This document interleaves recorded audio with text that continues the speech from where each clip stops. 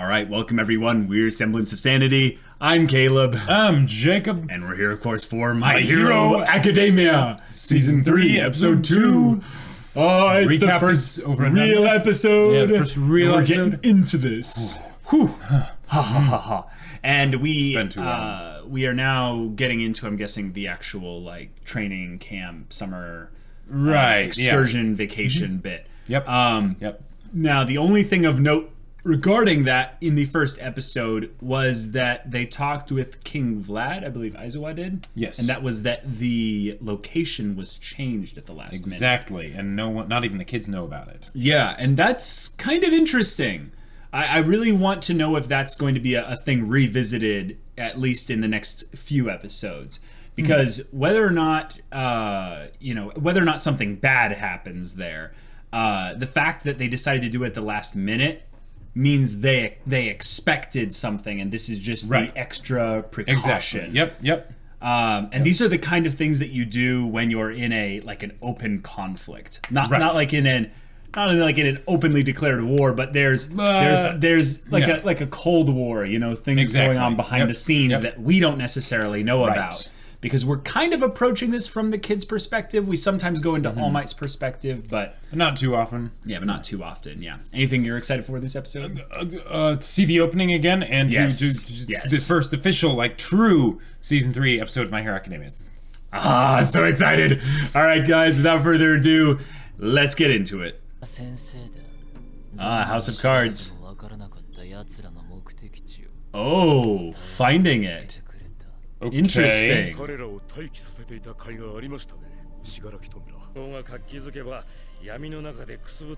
Oh, that's what I'm excited about. Right. Yep.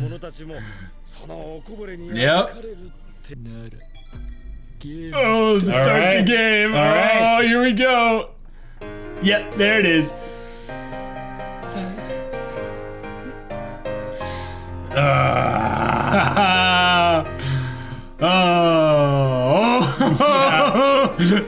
See, there's the specific things in the opening that you're I know. And then yeah. And my favorite part coming up right after. Okay, almost here. So where's? Yeah, here we go. There it is.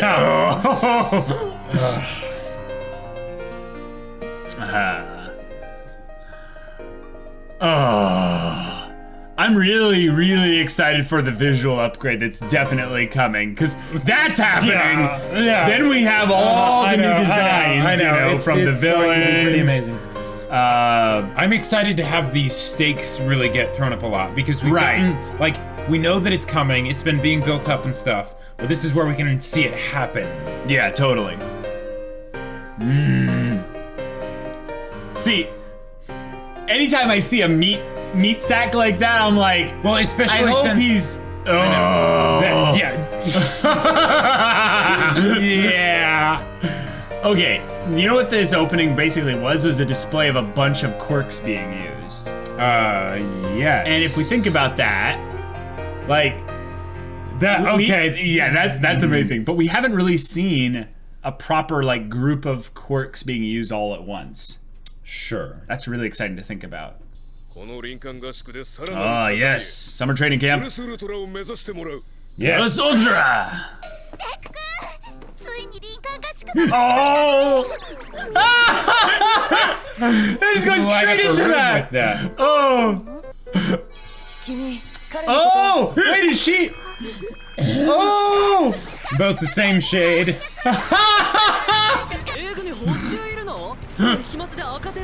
Wow. Monoma, never change. Never change. Yeah. Literally, stay the same. We don't care about you. No, I'm just kidding. Oh my god. Wow. This is from Minetta's view, because he's so short. Yeah, I know. That's about enough out of you. Well said. Wow, Kirishima laying down the law. Wild pussycats. What? New characters? Oh, looks like, yeah. These are the wild pussycats? Right. Yep. From the opening, yep. Oh my But gosh. where's the other one? And who's this? This is definitely not someone in the team, for sure. Might be. He's too young. Okay. Wait. Oh, whoa. Those aren't gloves. Nope. Ha! What the heck? Okay. Oh my gosh. Just tossing them in. Okay. I love it. Yes. Nice. Seed is gonna be like, okay, cool. The Beast's Forest. Oh. Yeah. The references. Wow. Whoa. Oh, yeah. Oh, yeah. Okay. Oh, that's an idea, but I'm pretty sure that's a quirk user.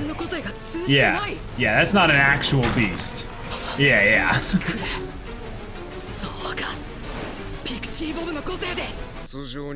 And they're just casually chatting here. Just, yeah. We're gonna drive there through the secret trail, you know? Right. Yeah.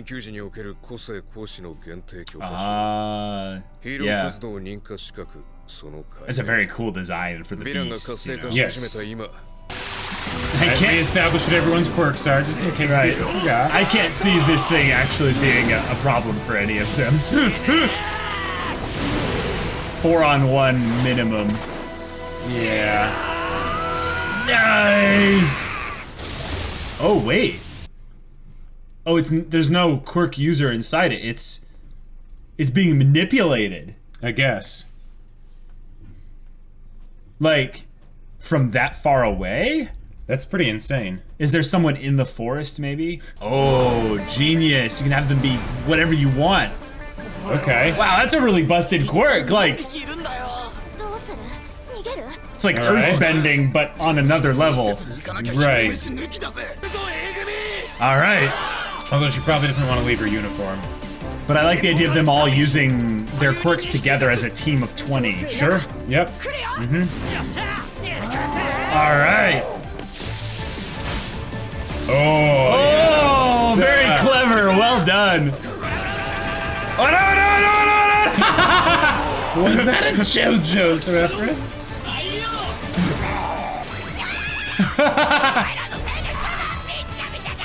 Wow, that's a lot of them. Yeah, wouldn't your head be bleeding like crazy? They just conduct it into that. Oh, genius! Oh, that's amazing! Yep. Yeah, of course these two would compete. Right. Wow. Oh, she is controlling Right, them. yeah. Holy crap! Yep, That range! that is an insane quirk. This is pointless. ヒーローになりてえなんて Aizawa likes cats! Aizawa likes cats! That's the biggest thing of this episode! Confirmed! Oh my gosh, and they're cats. I see what you're doing here, show. I see what you're doing here. Oh, they're legitimately tired now. Sorry, it's 12:30. でも正直もっとかかると思ってた私の土魔獣が思ったより簡単に攻略されちゃったいいよ君ら特にそこ4人中途 Oh, 半端 yeah, は for 経 sure. 験値によるものかしら No, that is not okay. You don't call dibs on younger kids. No. 彼女は焦ってるの適齢期的なあれで Yeah. Yeah. この子は私のいと Oh, こ cool. の子だよ All right. So he's just staying with them, or what? But he's actually a kid. Oh! Wow! You brute of a nephew! Why would you do that to me? You screwed ヒーロー him! になりたいなんて言い方する Oh. He likes him! You GG best. 茶番はいい。Food. Anime eating Oh, the sequences. food. ぶっちゃけどうでもいいっす Oh よ boy. 求められてんの Oh, hot springs and 分 Mineta. かってるんすよや Yep. 求められてんのは Oh my この壁の gosh. 向こうなんすよ Unfortunately, his quirk is very good for this This sort of thing. this sort of thing. Yeah. Yeah. もうこれ An は accident waiting to happen. And Eat is Oh sitting my there gosh. like, yeah, yeah, Yes. yeah. Yes. Do not let That's him. right. Yes, it is. That's right. You Oh tell my him. gosh. Right. Oh, do not use Plus Ultra in this context.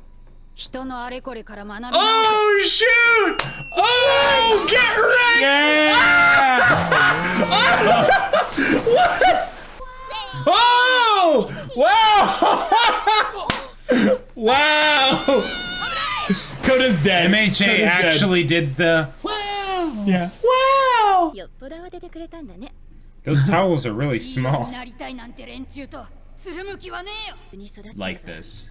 この子もヒーローに憧れて Oh. る They've been raised normally. 普通 Yeah. パンダレーのいとこコータの両親ねヒーローで Oh, we're heroes. 就職しちゃった Crap. んだよ Dang. Okay. これ以上ないほどに立派な最後 Oh, 名 crap. 誉ある死だった And he was even younger, so Oh yeah. ママ Oh. 物心ついたばかりの子供にはそんなことは Yeah, buddy. 僕を置いていってしまった Oh. なのに世間はヒーローとしていいこと素晴らしいことと褒めたたえ続けた Wow. Oh. Yeah. 同じヒーローである私らのこともよ And that ends up having the opposite effect on Yeah, him because yeah, he doesn't he doesn't want to hear about the praise because to them they betrayed him. To him Right, they they left betrayed him, him. yeah, They yeah, left him. Yeah. Yeah. 救えなかった人間などいなかったかのようにヘラヘラ笑ってるからだよ Oh, な good. They're bringing They're bringing. this Yeah. up. Uh huh. とても無責任で一言な言い方になるけど立て続けに聞く価値観の相違に僕は何も言えなかった He wants to become a hero for everyone. Right. Oh, bedhead on everyone. 本日から本格的に強化合宿を始める。 Us. Okay. Let's go. 目的は全員の強化およびそれによる仮面の取得。 Okay. というわけで爆音。そいつを投げてみろ。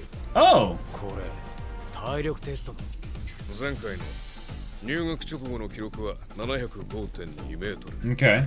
どんだけ伸びてるかな。 I'm guessing 1500. I'm gonna guess like 900. Like probably not crazy high, but some decent improvement. くたばれ709.6メートル。 Whoa. あれ思っ Way less. Oh. 入学からおよそ3ヶ月。様々な経験を Oh. 経て確かに君らは Oh, their characters have improved, but yeah. their powers haven't あくまで really も選手面 improved. やった通りでそこまで成長している。 Gotcha. Oh, Awesome. I'm looking forward to this. Because improving doesn't mean just getting stronger. Right. It means getting more creative. It does. Aha. Pushing so hard you'll feel like dying. Try not to actually die. うずくぞ。 Whoa, what? 早く行こうぜ。まだ少々それに派手なことはし Oh, なくていいって yeah. 言ってなかった Alright. Edgelord himself right here. うつろにまみれた英雄たちが地に落ちるその輝かしい未来のための I'm excited for his character. I sense something from him. All right. Oh, Getting back into the groove. I feel it, Jacob. Like I mentioned it in the credits, Yeah. but like I feel back. Like I feel like we're back in MHA. The previous season ended with kind of the questions about what happens when being a hero is like hard or not enough. Or Yeah, it kind yeah. of it creates some weird kind of contradictions in society, and then this kid Right. Yep. And- is basically the serious kind of anchor point for this summer camp. Kind Right, of thing. and here's the thing, because I could see myself with another show getting disappointed that they're going into a summer camp thing in Right. something that looks like it's going to be several episodes. Because I could say, yes. well, okay, that's another arc that's like kind of a slower arc, Like and, a you know, mini arc like within yeah, the it's a mini arc, overall whatever. arc. But the fact that they and you know and especially with the whole thing of like, oh no, you know, they had a bath episode, you know, like part of the episode too, with, you know, Mineta and all that stuff. You know, I would have been like, oh. It wasn't given a lot of time, though. No, it wasn't given a lot of time. But in another show, it was funny. Like if they hadn't done the bit with what's the name of the kid? Kota, yeah, okay. I remembered because of Force Unleashed, actually. Right, yeah. Right. Oh yeah, there's Kota and then there's Koda. Koda is yes. Someone else. But is any voice guy. Right. The fact that they had that in there was huge because it's basically reaffirming what this show is about. Remember what this show is about. Yes. It's what does it mean to be a hero? Right. You know, and Deku learning that and learning how to, you know, really become a true hero.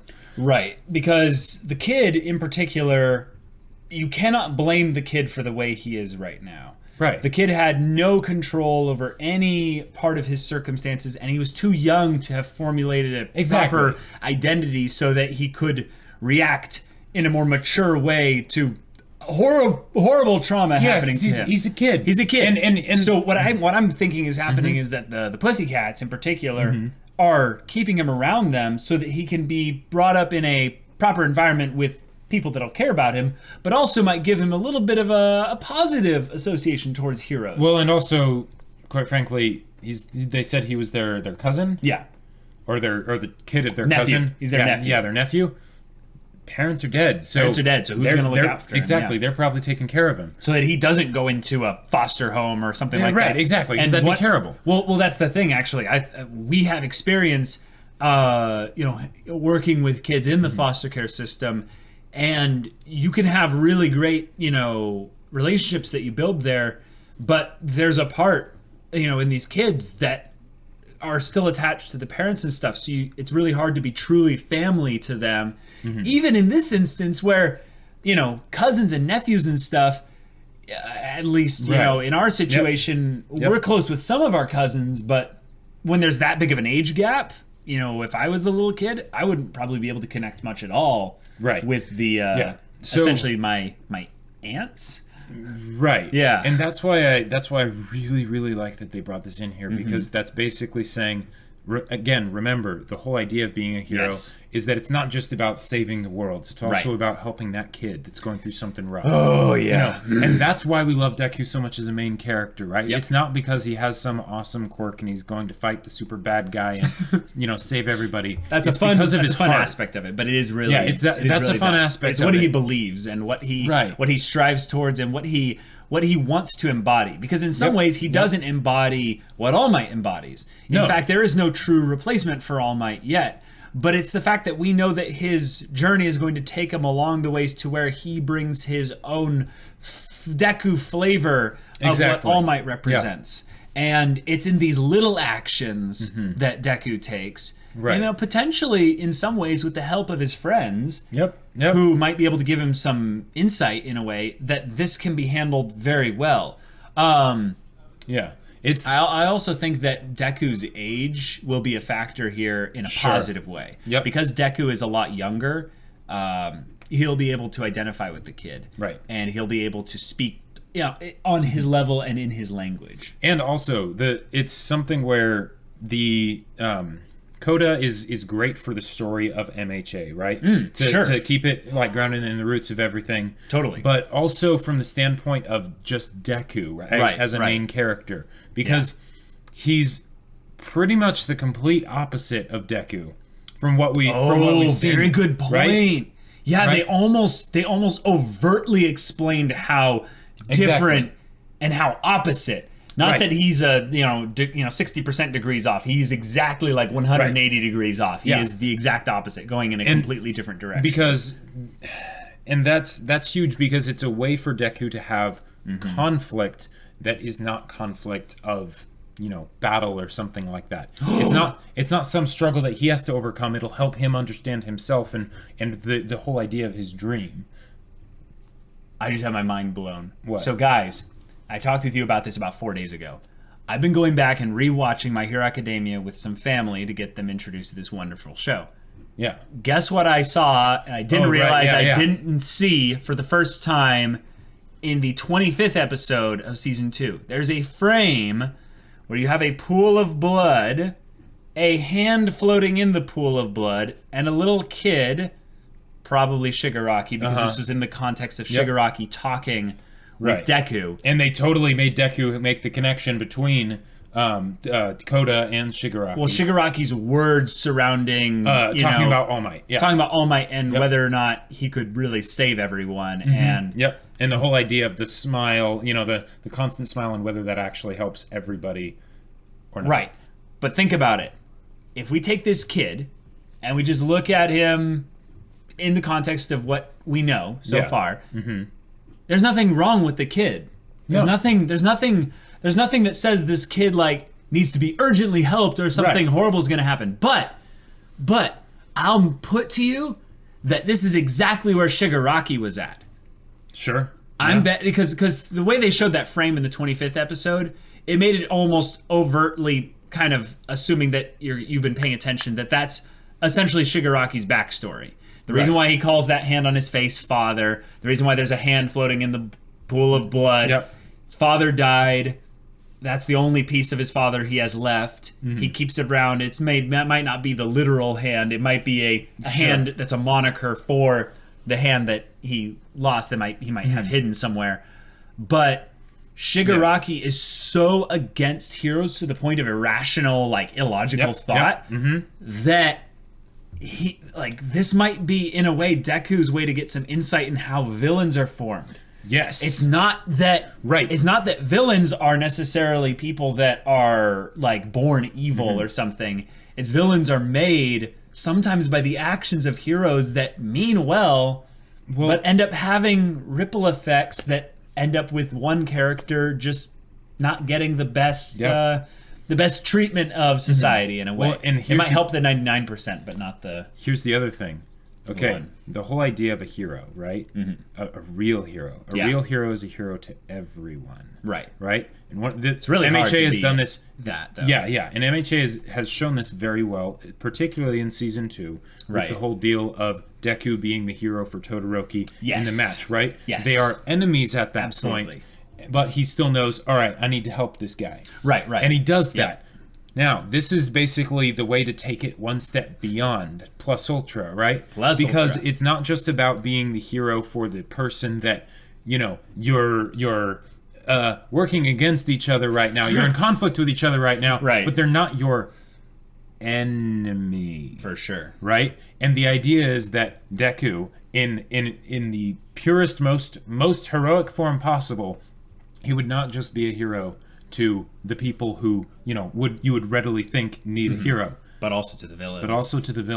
And to that's his antagonists, right. Essentially. And if you were to look at the whole parallel that they did with Deku and Todoroki, and then Aang and Zuko, and Airbender, that was one of the big things that they did. The idea that the Avatar gives Zuko hope. All that stuff. The idea that even the hero, even the people that hate the hero, still need the hero. The hero still speaks to them. The hero still helps them. If anything, it might motivate them a little bit faster towards their own end so that they can be redeemed in some way, which is kind of a crazy thing to think about. Yeah. Because Shigaraki is obviously being groomed the same way that Deku is being groomed. Right. But there's also the twisted perversion of lineage on characters like Todoroki and Shigaraki, whereas in other characters it's more in a positive light, like with Ida and Deku. Sure. And things can happen that makes that whole passing the torch aspect of being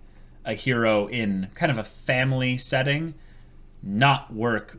And this is just another example of where the lineage aspect of being a hero carries with it a toll. And sometimes the parents might have made the decision essentially, for themselves and essentially for their family that, yes, we will be a hero no matter the cost. But the thing is that the kids aren't usually involved in that decision-making process. And one of the things... This is just life, man. This stuff happens. Not heroes dying against supervillains. But this can be a parallel to, say, military families. It can be a parallel to all kinds of things. Yeah. Now, this is another thing. The fact that they made there be the parallel between Koda and Shigaraki is really important as well, because even with how awesome it is to have Koda be here and this conflict here, because it ties back into the whole, main premise of MHA. Yes. The fact that they're using it as a way to kind of give development for Shigaraki, for all intents and purposes, the main villain. Right.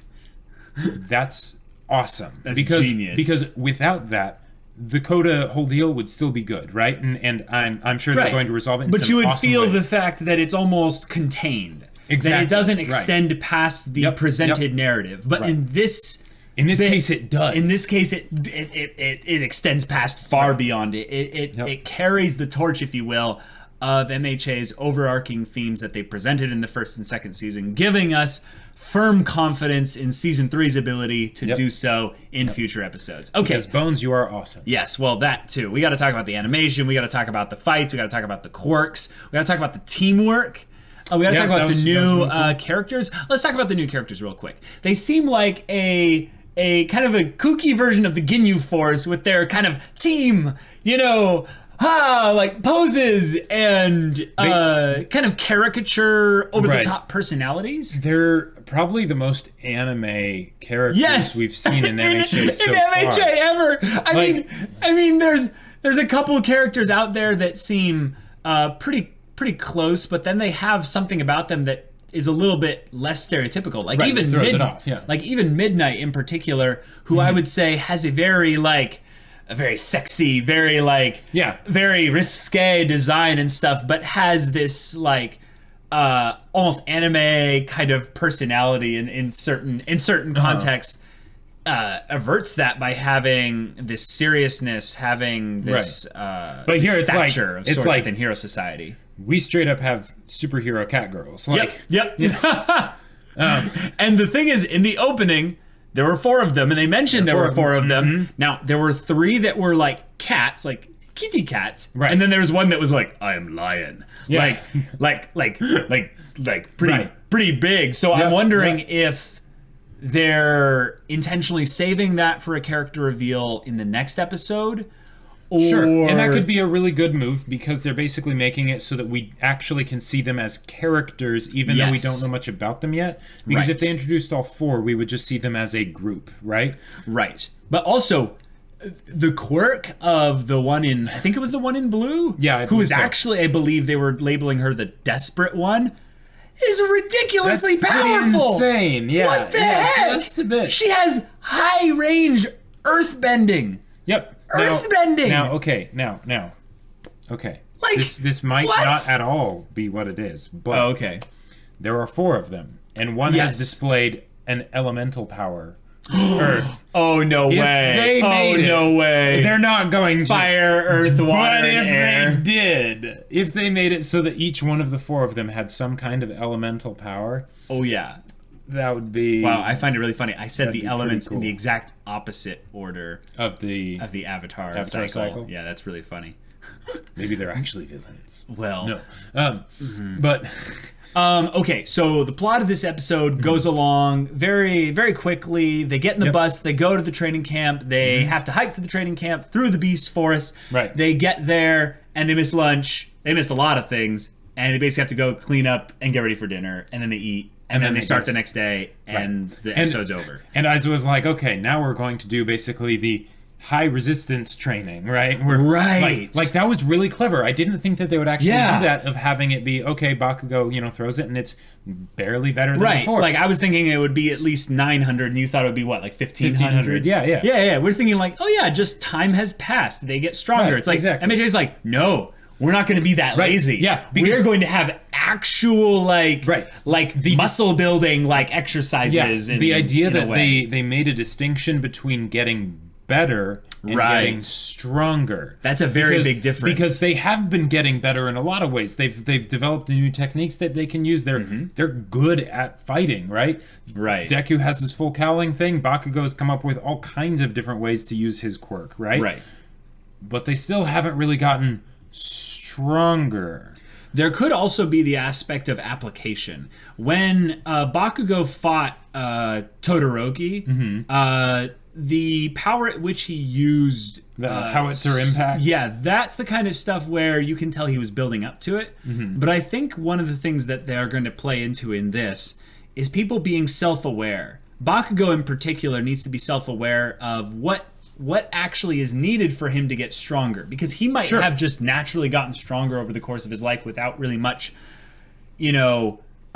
direct effort towards the purpose of getting stronger. Like, he just uses his quirk and it's made him get stronger over time. And that would make sense. He probably used his quirk so many times that he knows it backwards and forwards, in and out, and all that. Better than most of the other characters. Probably better than everyone in the class. I'm sure. I'm sure Momo has more creative usage than anyone in the class. But, like, Bakugo knows his quirk in and out. Right, but he doesn't actually have the know-how in how to increase, say, his range output from 20 meters to 30 meters, or his impact of the concussive force to go from, the idea that stuff. They're kids right now. They're going to have to fight adults, villains that are adults, villains, probably. Like that are competent with with their lives on the line. What's her name? A bunch of these villains Bunch of these villains seem to be, more alongside the edgy teenager Dabi age, in particular. Oh yeah, Mr. Edgelord. Yep.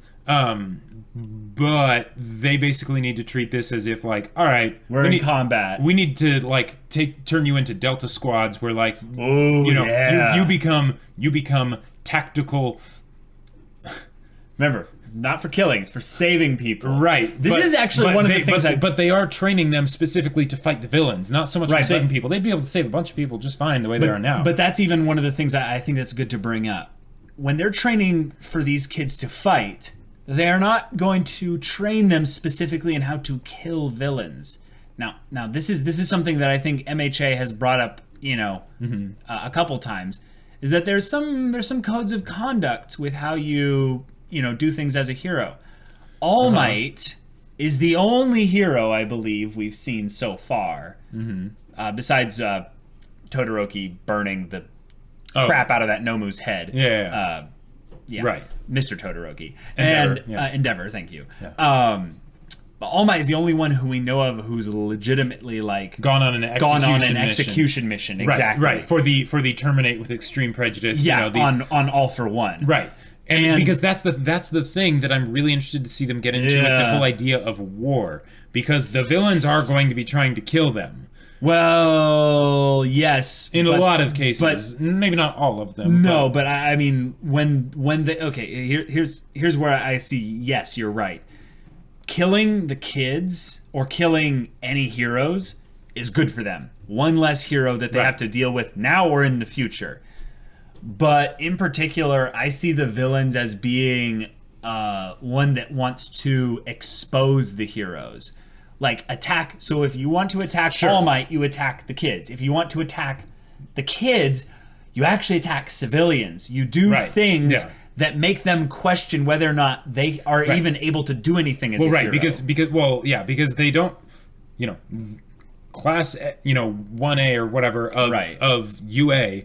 That's not the villain's real threat. It's sort of the world as a whole, right? Right, exactly. So it wouldn't be that they'd want to kill the kids. They'd want to kill the kids on live television. They'd want to do stuff like that. They would want to, do something along those lines where it's like, hey, look at these pro heroes that are sending in kids to fight us. I wonder how dark this show is going to get. I don't know. Because I don't think we can really judge how dark it's going to be just by even this episode, or probably even the next episode. Yeah.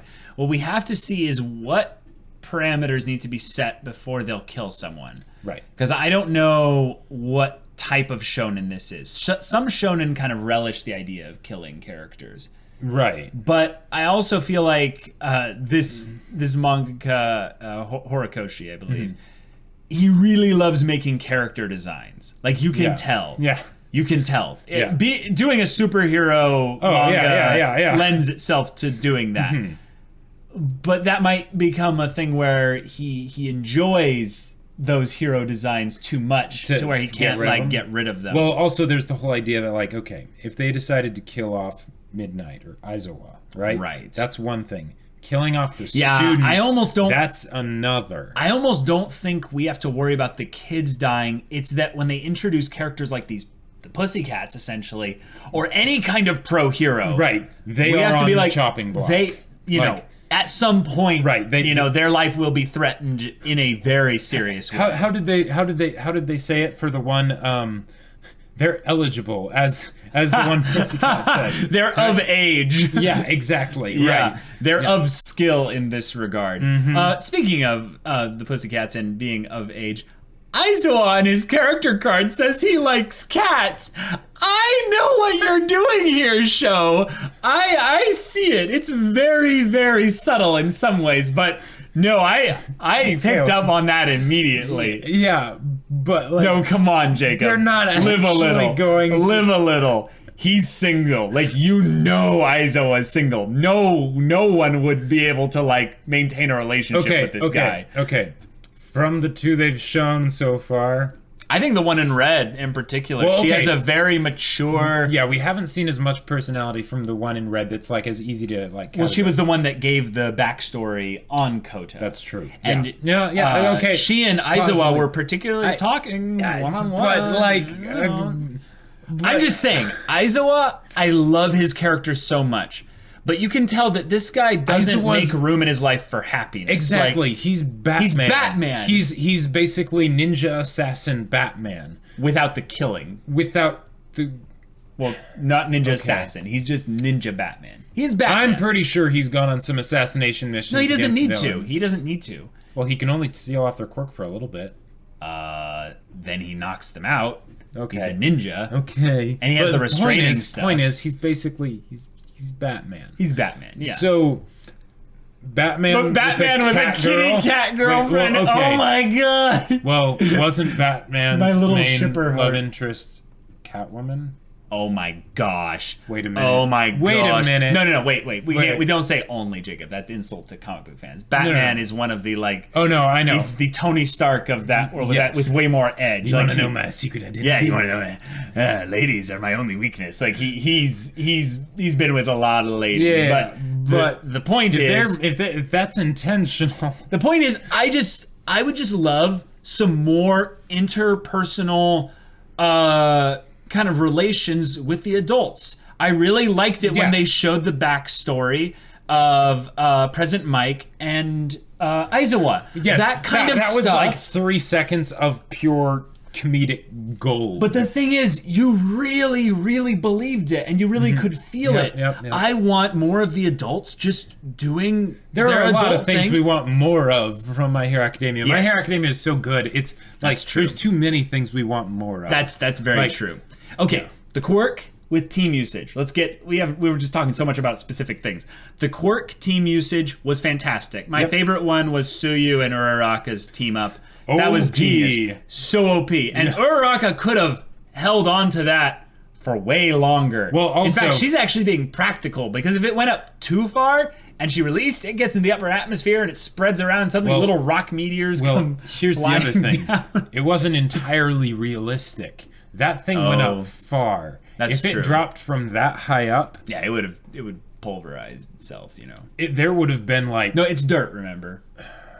So it's not Well, that. okay. It's not that, okay, I suppose. So it more of dispersed into a big, massive cloud. Fair enough.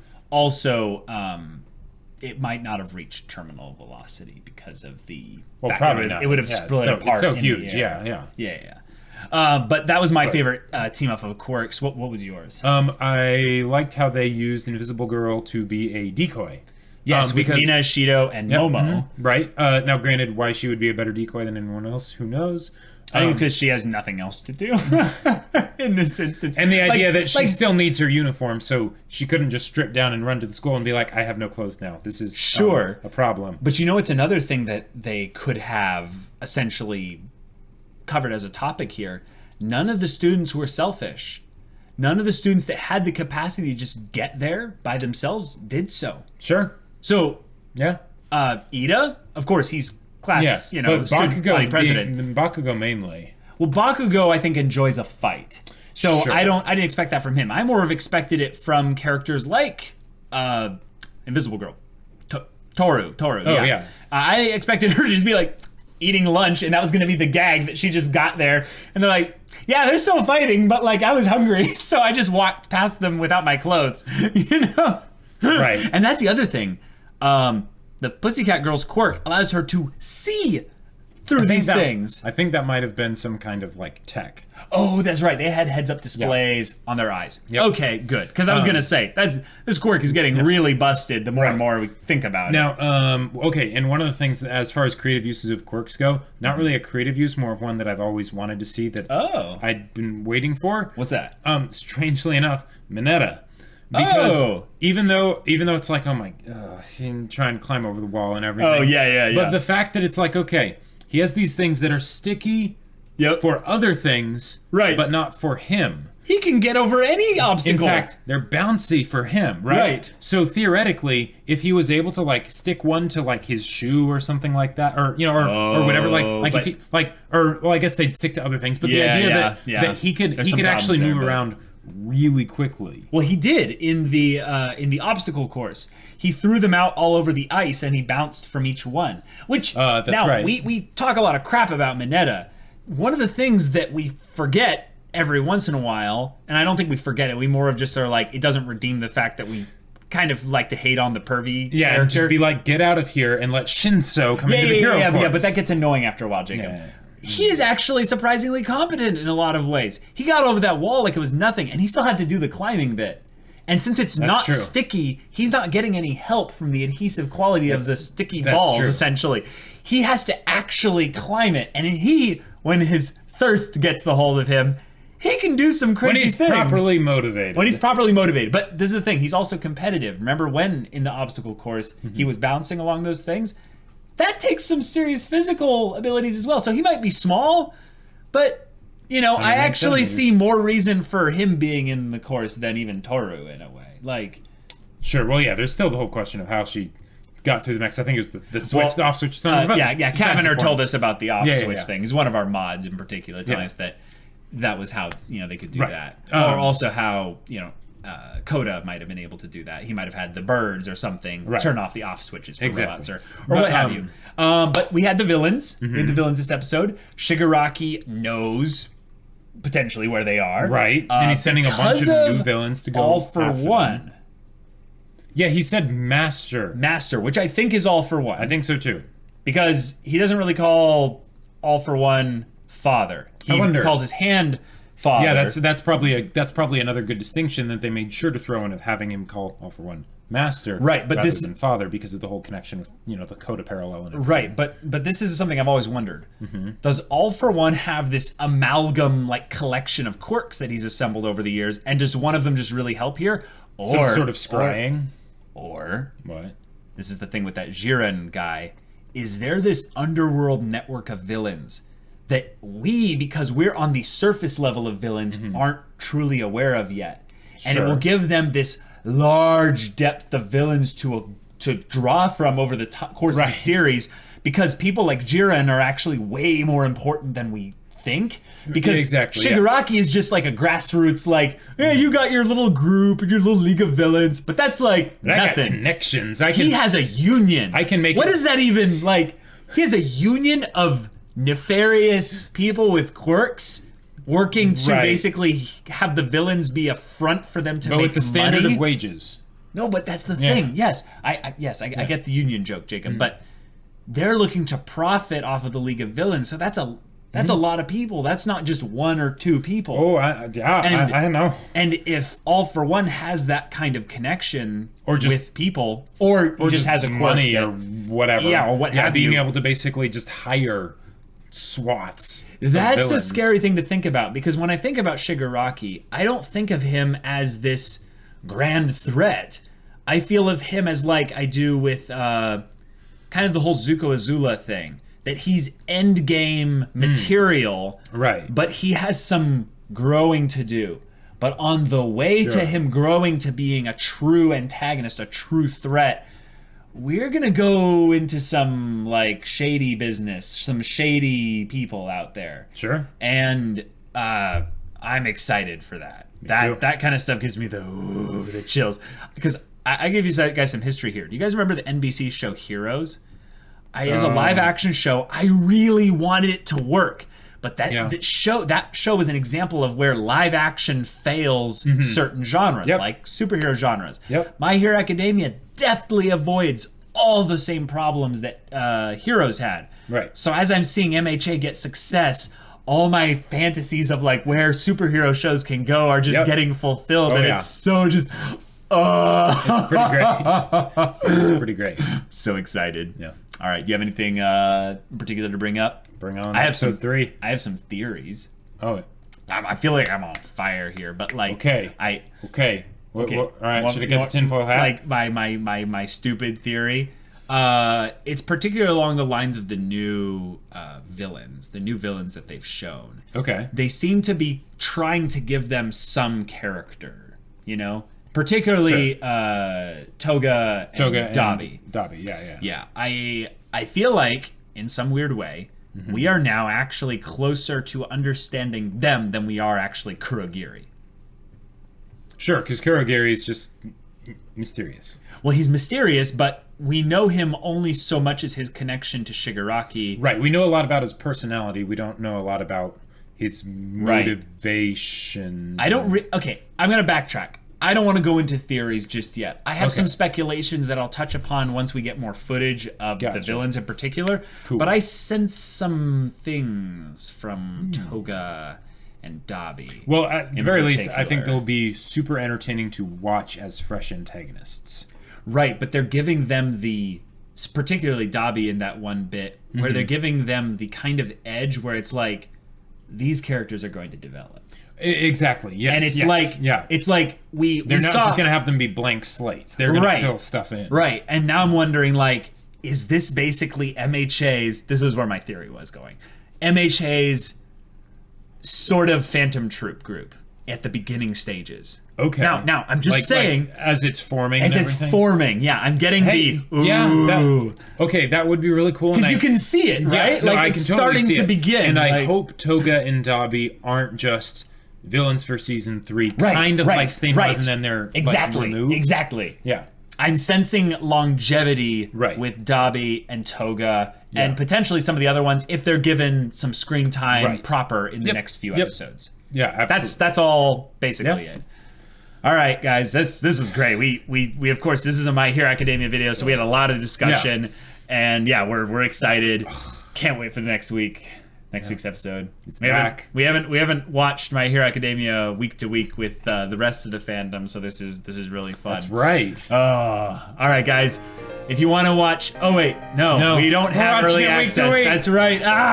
But if you want to watch full-length reactions and or get on our Discord so you can chat with us, because if you're willing to remain spoiler-free, we will chat with you about My Hero Academia episodes on a week-to-week basis. We can't go into the comments because there are dicks that want to spoil us, and that's just how life is, on the internet. It's fine. Right.